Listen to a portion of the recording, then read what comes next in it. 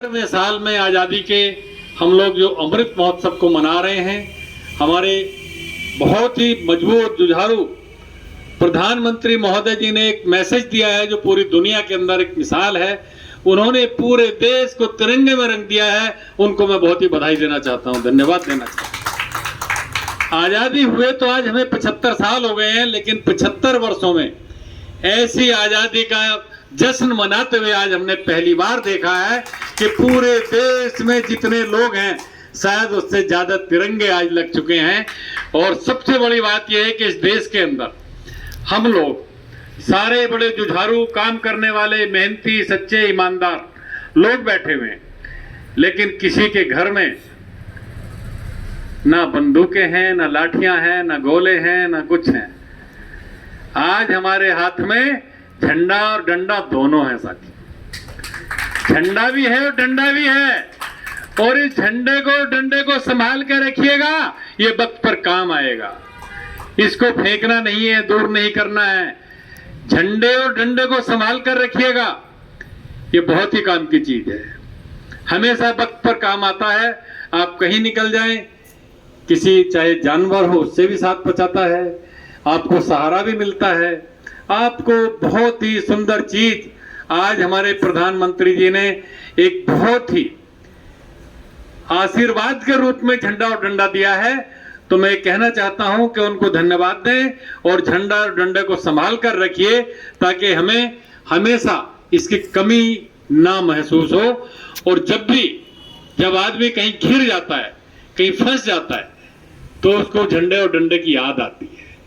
समाज एक ऐसी चीज है, लोग कहते हैं समाज से हमें क्या मिला, समाज से हमें मिलता क्या है, समाज देता क्या है। लेकिन आपको बता दूं कि समाज बहुत कुछ देता है, समाज बहुत मान सम्मान देता है। आज हमारे क्षेत्र में हमारे विधायक हैं तो हमारे समाज के वजह से विधायक हैं, हमारे समाज के सहयोग के वजह से विधायक हैं। हमारे सांसद हैं तो हमारे समाज ने बनाए हैं। हमने किसी से लिया कुछ नहीं है, हमने उनको बहुत कुछ देकर बनाया है। तो हम सब लोग देने वाले हैं। हम देने वाले लोगों को कभी ये नहीं सोचना चाहिए कि हम कमजोर हैं, हम कभी कमजोर नहीं हैं। भारत देश एक मजबूत भारत है, बहुत मजबूत आज दुनिया में भारत का नाम है। और भारत विकास संघ, मजबूत भारत का भारत विकास संघ को अब समझिए क्या होता है। पूरे भारत की सार उसके अंदर आ चुकी है, पूरे भारत की ताकत उसके अंदर आ चुकी है। भारत संघ विकास, भारत के लोगों का विकास, भारत के निवासियों का विकास और उसका एक संगठन। मैं भाई संजीव जी को बहुत बधाई देना चाहता हूं इसके लिए कि उन्होंने सबको जोड़कर, देखिए पूनम बहन जी को भी आज आपने जोड़ लिया। वो जुड़ी हुई थी, लेकिन आज पूरे सही रूप से, कानूनी रूप से आज संघ के साथ जुड़ी हैं। मैं उनका स्वागत करता हूं, धन्यवाद करता हूं और कहना चाहता हूं कि चाहे पूनम बहन जी हो, चाहे दूसरी बहन जी हो, हमारा देश अभी 4 दिन पहले भाई बहन का रक्षाबंधन का प्यार का त्योहार बीता है। उससे एक प्रेरणा मिलती है कि भाई बहन का प्यार इस देश के अंदर हमारे लोग मनाते हैं, बाहर भी जाकर। बाहर वालों को नहीं पता होता क्या होता है। अमेरिका में भी अगर मना रहे हैं तो भारतवासी मना रहे हैं वहां पर भाई बहन के प्यार को। पूरी दुनिया के अंदर अगर भारत से भाई बहन का प्यार लोगों ने सीखा है, भारत का संस्कार लोगों ने सीखा है। भारत के जैसे संस्कार ही दुनिया में मिल सकते हैं, और नहीं तो विदेशों के अंदर तो आप देखते हैं पाश्चात्य कल्चर कैसा आ गया है इस देश के अंदर कि पता ही नहीं होता बहुत सारे लोगों को कि हम लोग क्या हैं।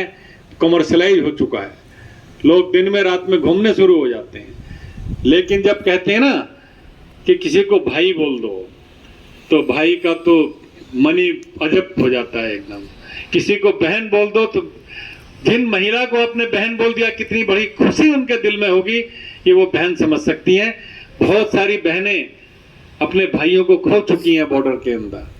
बॉर्डर पे कितने हमारे लोग मारे गए हैं, हम लोग उनको, हमारी बहनें राखियां भेजती हैं, हम लोग राखियां भेजते हैं। तो ये संस्कार इस देश का है, उनका हौसला बढ़ाने का है।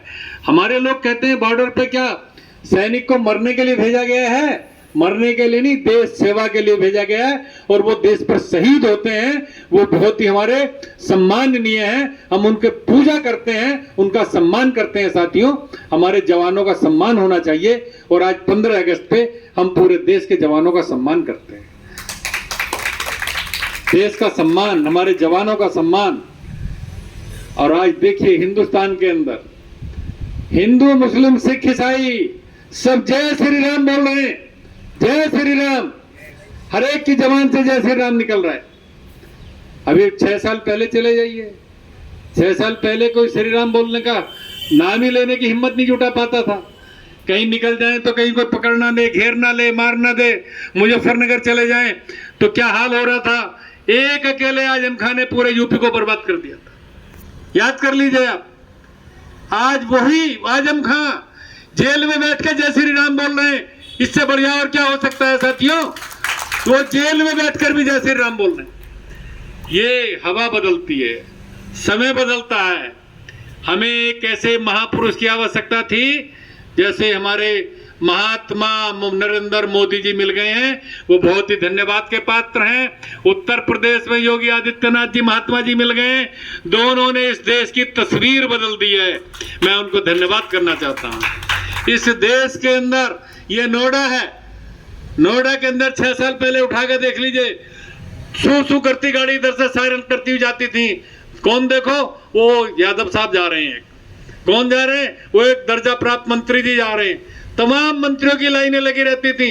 आजकल कहीं सायरन नजर नहीं आता, कहीं मंत्री संतरी नजर नहीं आते, सबके सायरन बंद हैं। आजकल तो आप और हम, हमारी भाई बहन सारे ही मंत्री हैं, सारे ही मंत्री हो गए आज की डेट में, किसी को कोई कमी नहीं है। आज अगर नोएडा के अंदर आप देख रहे हैं कानून व्यवस्था, कभी भी आप दिन में निकल जाइए, रात को निकल जाइए,